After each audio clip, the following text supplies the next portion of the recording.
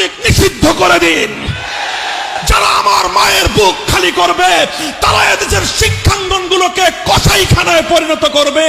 আমার মায়ের সন্তানেরা পড়তে গিয়ে লাশ হয়ে মায়ের করে ফিরে আসবে। এমন ছাত্র রাজনীতি আমরা দেখতে চাই না।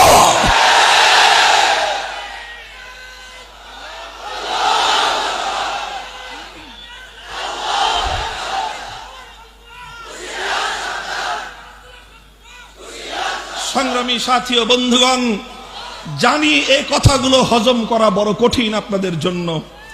জানি এই কথাগুলো বলবার দায়ে আমাদেরকে অভিযোগের কাঠগড়ায় দাঁড়িয়ে যেতে হবে। কিন্তু একবার চিন্তা করুন সেই সন্তান হারা মায়ের কথা। একবার চিন্তা করুন যারা এভাবে টর্চার সেল তৈরি করেছে। বুয়েটের মধ্যে টর্চার সেল তৈরি হয়, সেই টর্চার সেলে ছাত্র